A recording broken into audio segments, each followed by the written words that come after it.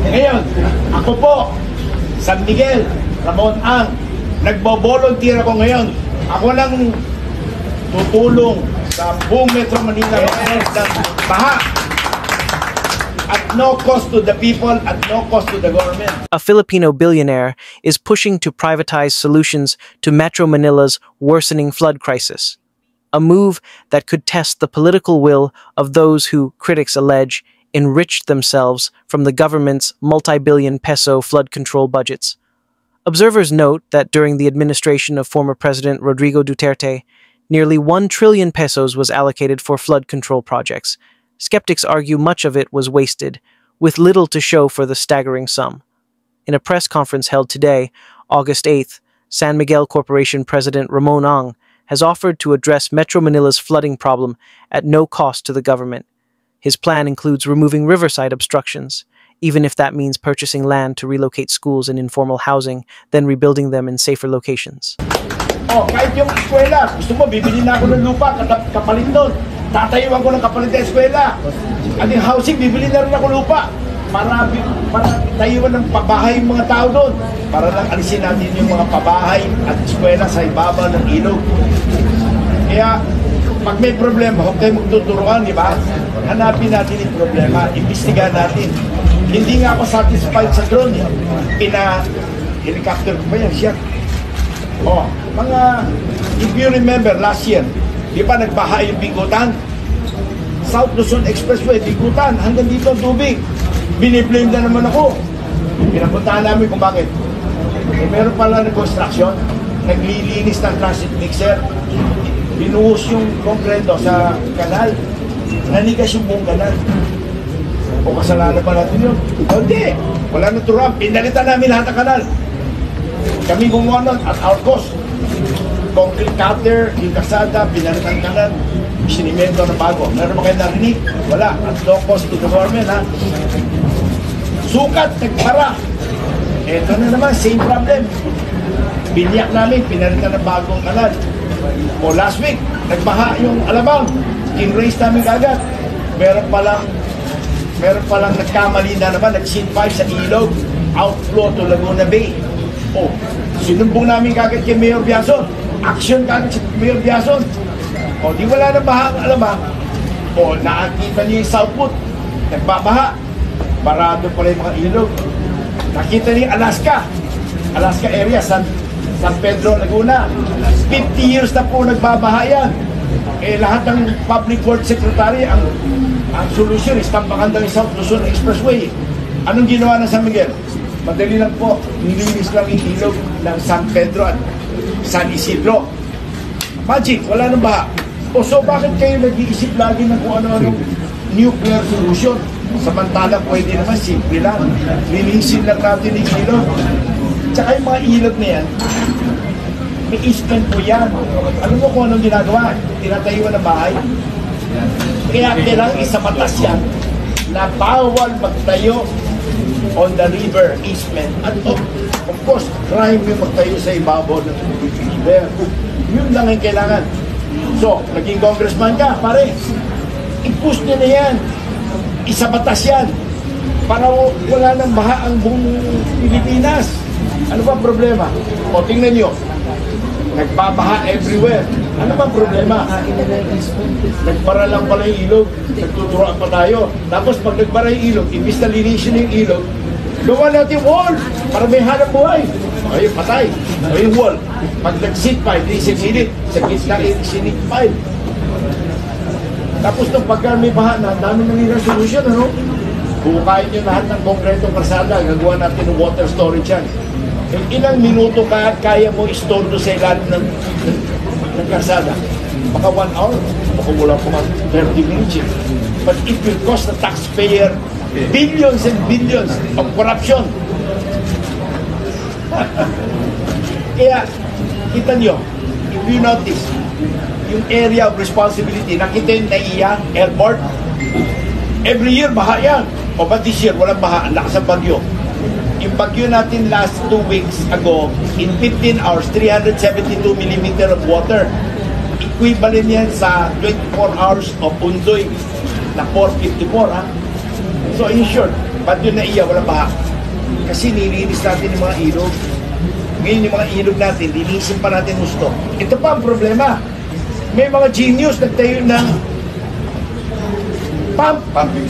pumping station sa gitna ng ilog. Nagtayo muna ng pundasyon, tsaka naglagay ng bomba. O di lalo hindi makakadaan ng tubig. Genius! Hindi naman po ako yung genius. Hindi, ikaw yun. Hindi ako yun. Nilinawin ko lang po.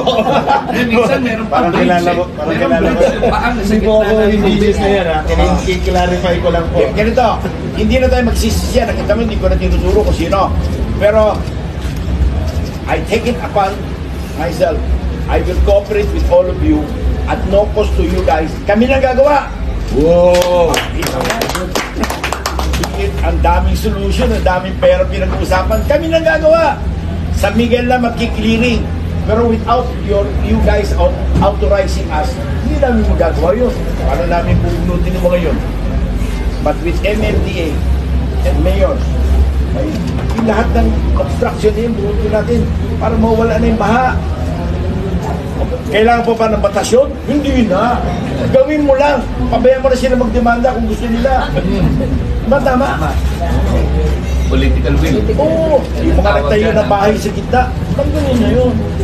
Bigyan natin ng pabahay para naman din nila sabihin basta lang sila pinalis, di ba?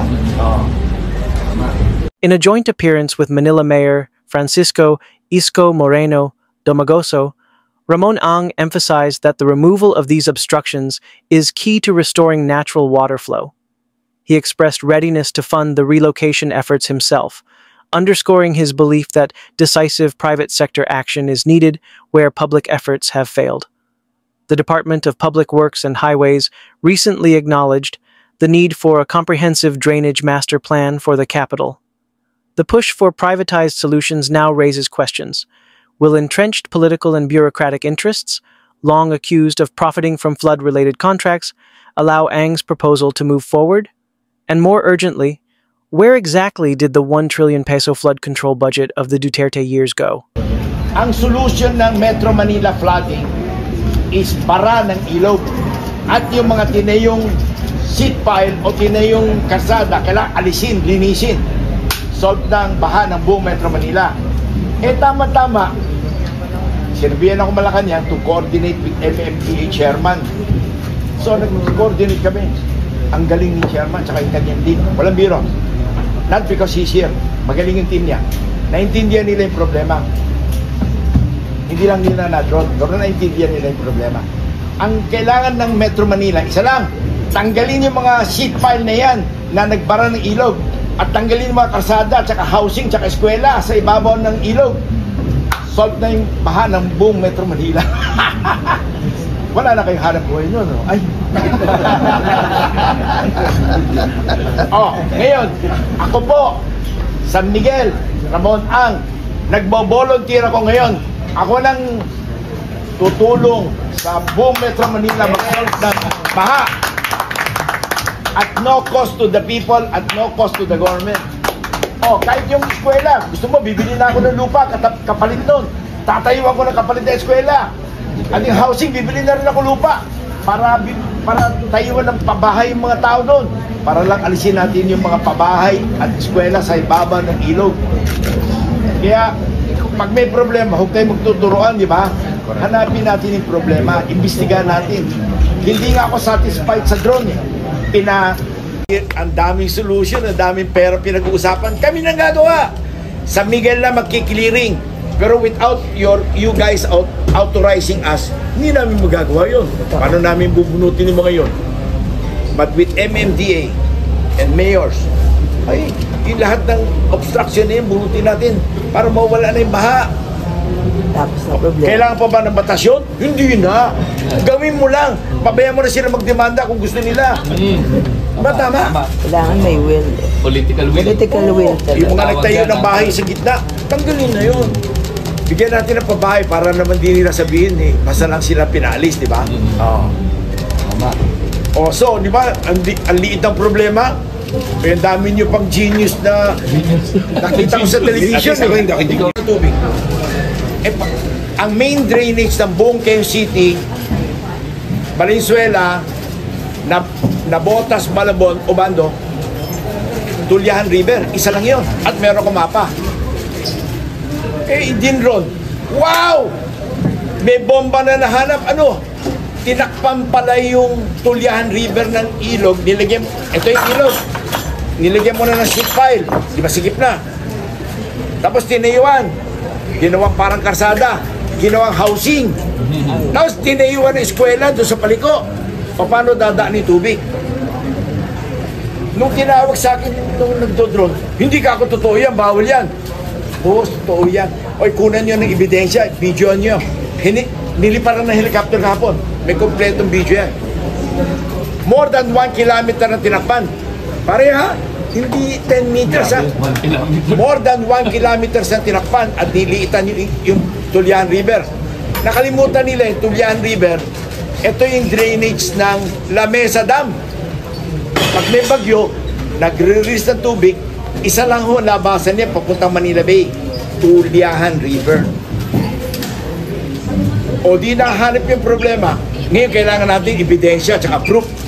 Meron tayo ngayon, mamaya papakita sa inyo at bibigyan ko kayo ng mapa. Iba yung kwento kutsero, iba yung may mapa.